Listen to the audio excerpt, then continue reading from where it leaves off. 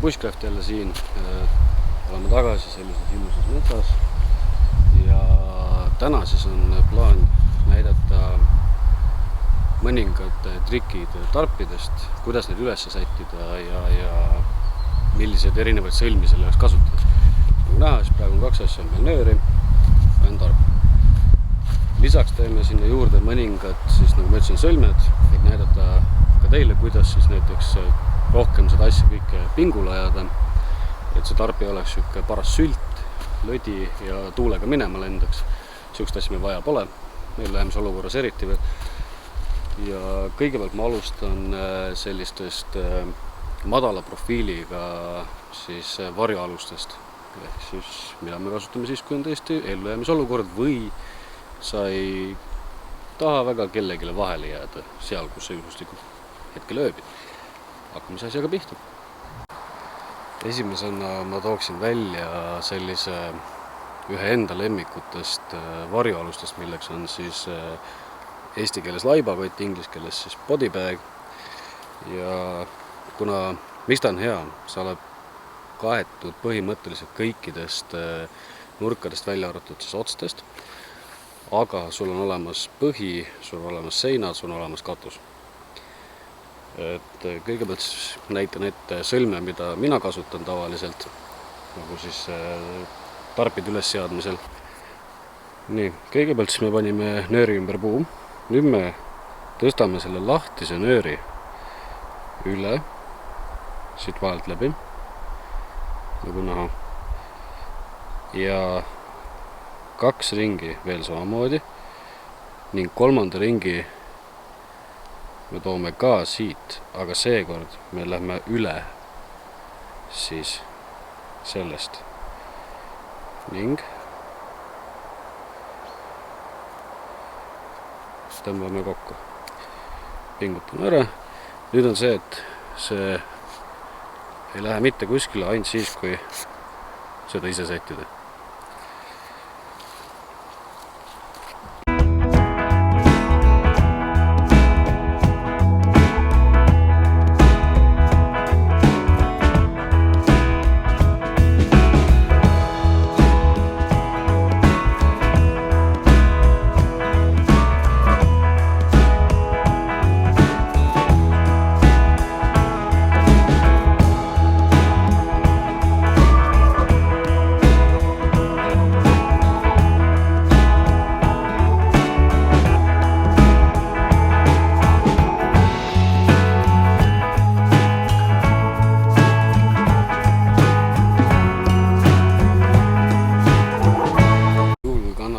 Kaasas endaga telgivaiesid, siis see teeb elu lihtsamaks. Aga alati ka päästavad lihtlabased oksad. See on siis 3x3 meetrit Milteki tarp. Ja tuleb tunnistada, et kui hästi igasuguseid varjualuseid teha, siis on võimalik siia edukalt mahutada 2-3 inimest. Bodybagi puhul võib-olla saame 2 enda sisse tõesti mahutada.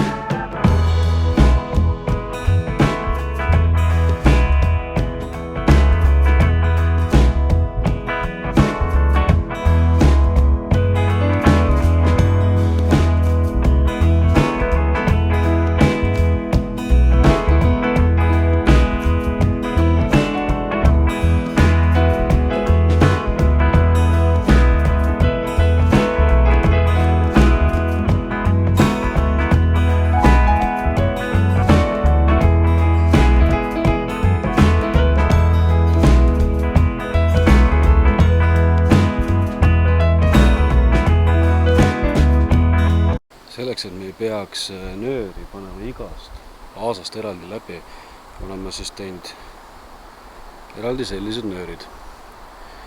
Kui hästi nüüd ära siin suumib, vaatame kohe, on sellise kujuga. Ehk siis need mõlemad nöörid käivad tarpi nagu otstesse, nii sinna ja siis sinna taha. ning saab oma oksad läbi, mis siis aitab eraldi nagu pingutada veel tarpi omakorda, et kui selleks on vajadus. Sest kuna mulle endale isiklikult ei meeldi, ma pean iga kord nööri lahti võtma mingisuguse asja sättimise jaoks, mul on palju lihtsam teha seda ainult 2 pulga ja 2 nööriga. Ehk siis, kuidas see asi toimib? Me võtame oma ühe selle nööri,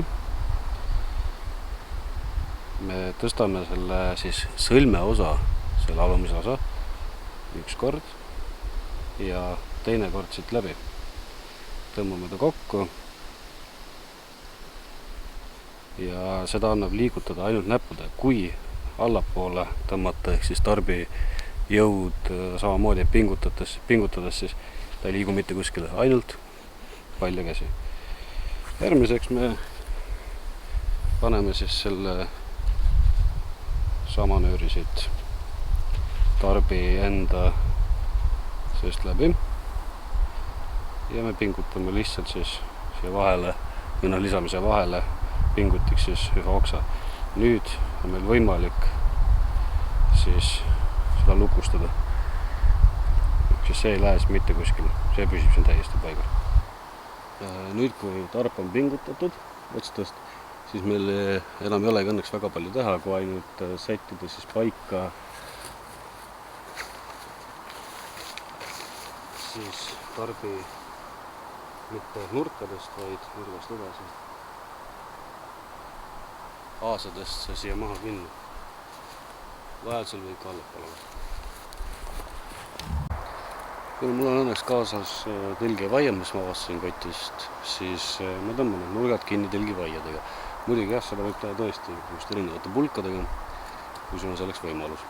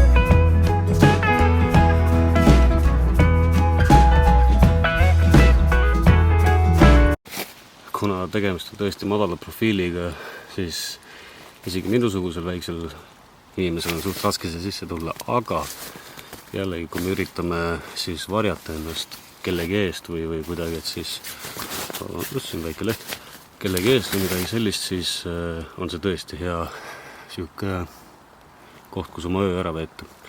Nüüd proovime ka teise versiooni bodybags, mis natukene kõrgem ja mahutab siis ka inimesi teistmoodi siia siis.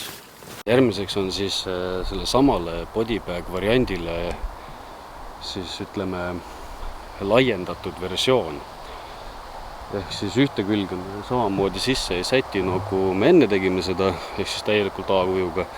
vaid ühe külje me toome täielikult nagu välja, mis tekitab siis meie varustusele ruumi ja samas õhku on ka rohkem kui praegu, nagu siin sees oli, et mis tõesti väga-väga siigistame. Vaatame, kuidas see shelter meil käib siis.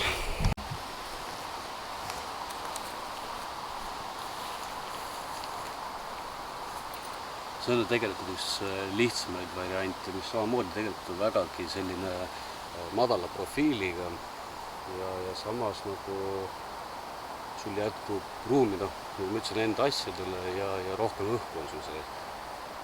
Et tegelikult võib ka väga vabalt kasutada sellist, ütleme siis laiendatud laibakott, podibag, kuidas keegi nimetada tahab, varianti. Lihtne ja midagi erilist.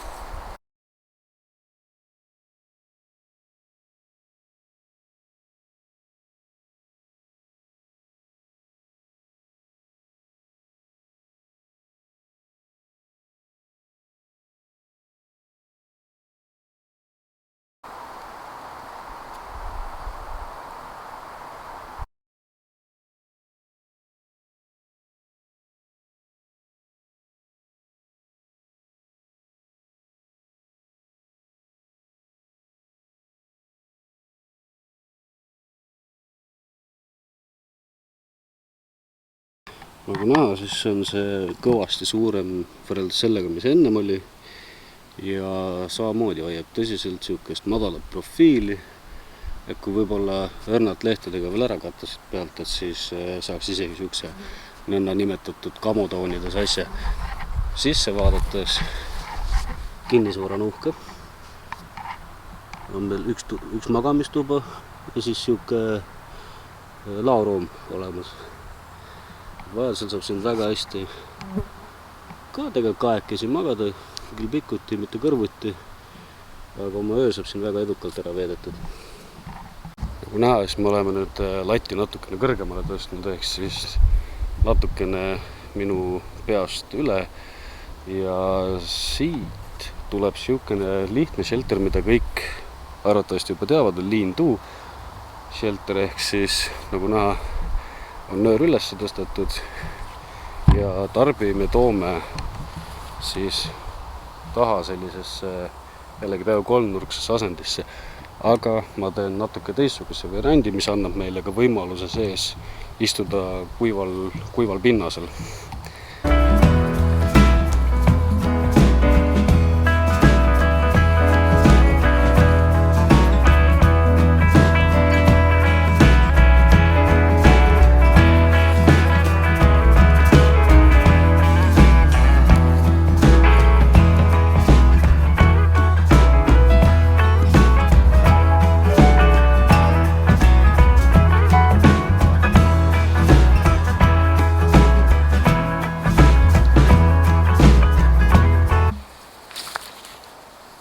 Enne ei olnud võimalus siis sees kas või püstigi seista, siis nüüd meil on võimalus teha seda niimoodi, et me seisame sees püsti ja samuti nagu seal taga on näha, siis on ka niisugune väiksem ala, kus on võimalik ka tegelikult magada või istuda.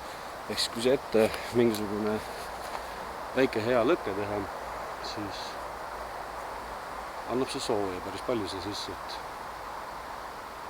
Ja lihtne, kiire asi, mida üles paigaldada.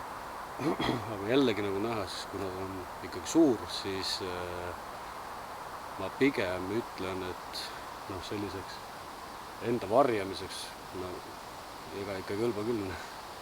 Aga muidu, kui varustust, kõike muud, et väga edukalt valgustada siin.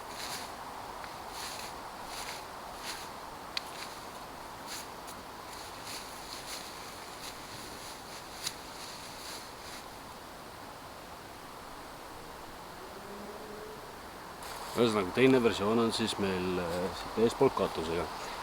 Selle jaoks me peame nööri veidikene allapoole laskma, muidugi me siin jällegi seista ei saa, aga meil jääb siis ikkagi ruum selliseks magamiseks, voorusse hoidmiseks. Vihma eest oleme varjatud ja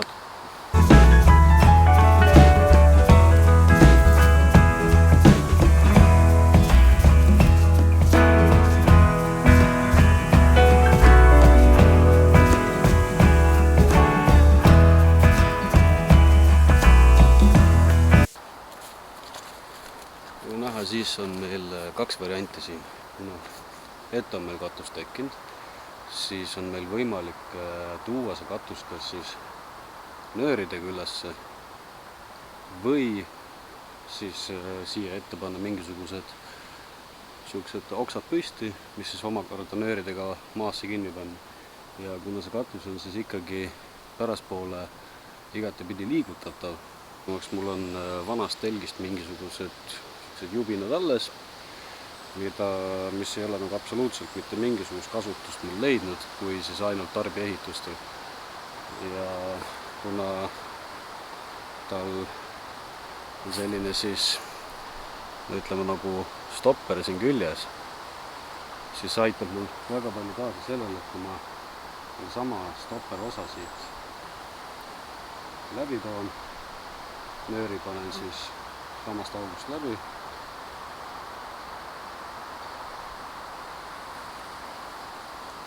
Lihtsalt pingule. Ja nüüd ongi võimalus viia see sama nöör siis vastavalt vajadustele, kuhu iganes teil võimalik see kinnitada.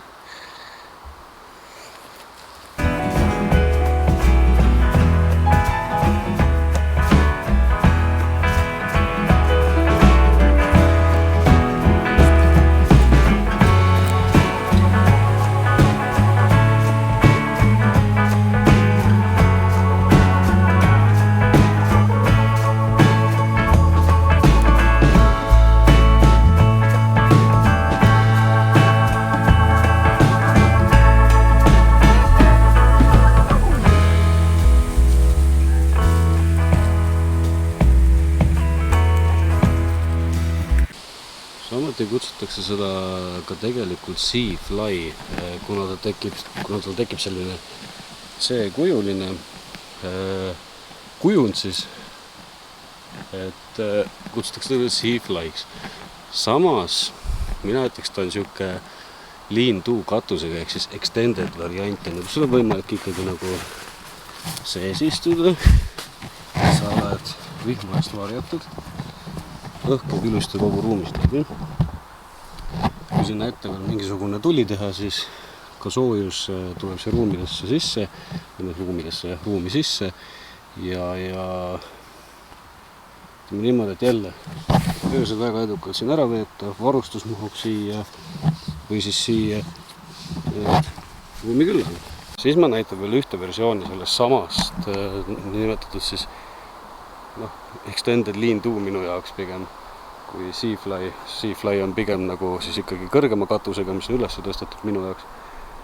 Siis toome ka, kuna sellel tarbil on siis võimalik ka siit ruumi juurde tõmmata, toome ka siit ühe nööri veel läbi, mille me ühendame siis arvatavasti selle puu külge ja siis vaatan, palju see ruumi.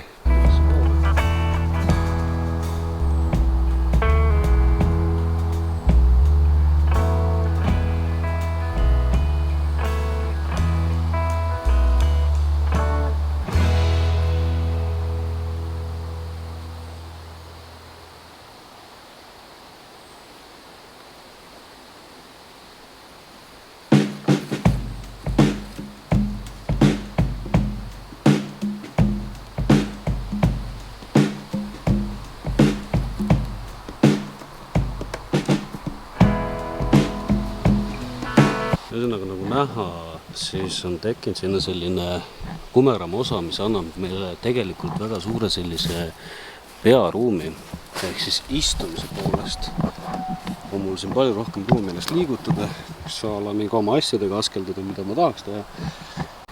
Ja jällegi selline shelter, täiesti mõnusalt vihma eest varjatud, vajadusel liigutame siis kas selle nurganööri, tolle nurganööri seal. Jälle väga mõnus. Magamine samamoodi, lihtsalt viskab ikka oli ruumi, kui palju siuke põhimõtteliselt minusuguse laiapoisi jagu ruumi. Et kindlasti soovitan kõigile, kes omavad telki või midagi sellist, et pigem kasutage seda tarpi, et natuke võib-olla on algul seda õppimist rohkem, et mis sõlmed on, kui palju nööri ja nii edasi, kõik siuke kraam. Aga kui sa lõpuks selle asja käppa saad, tegelikult käib see väga ruttu. Ja kui sul on ikkagi võimalik valida selline pisikene lisakott, mis kuskil meil siin väljas on, mida ma kohe üles otsin teil, mida ma endaga näitasin, siis selle koti suurus on siis siit peaaegu küünarnukini. Vabandust, aga 3x3 meetrit tarpi mahub siia sisse, millest me oleme siis teinud sellise päris piraka maja. Ja mida on iga kell alati võimalik muuta vastavalt siis kas ilmastikule või mingitele muudele vajadustele. Samuti, miks see shelter on hea, on see, et kui sul on veevarud otsas, siis see natukene kummis osa, mis siin on, pane oma potid maha, vesi jookseb sinna ise sisse, jälle sul on lisavesi olemas. Ja nii nagu ma endaga seal tarbe all ütlesin, kindlasti hakake proovima tarpe, ei pea kohe ostma endale mingisuguse Milteki omasid või selliseid kalli variante, võite ka väga vabalt hakata katsetama koormakattega, mille hinnad seal küündivad, ütleme, sellised nagu me algusaegadel kasutasime, kes on neid videosid näinud, siis nemad teavad, ütleme 2x3 meetrit ja pisemaid oli ka. Et siis tegelikult sain nendega väga edukalt endale ehitada päris siukse mõnusaid varjualuseid, iga ilmaga. Et lisatarbivideosid tuleb varsti veel, jälgi kindlasti Stig-Andre Bushcrafti siis YouTube'i, subscribe, like, väga hea on. Instagramis võite jälgida meie tegevusi, samuti Facebookis, TikToki oleme ka kolinud. Ja kõik, kes on huvitatud meie siis riietusasjadest, mida siis toodab meile selline firma nagu VKNG, on teinud sellise ilusa Stig-Andre Bushcrafti ränduri särgi, mis oli minu valik. Janeli valik, kes meil tavaliselt kaamera taha peidab, oli Raccoon variant, mida ma arvatavasti panen lingi sinna alla. Ja jälgige, käige metsas, proovige ise tarpe. Neid on nii palju, mida tegelikult teha. Metsas nokitsemine ei võta tüki küljest ära, eriti praeguste ilmadega, nagu näha. Olge tublid, käige metsas, Stig-Andre Bushcraft lõpetab.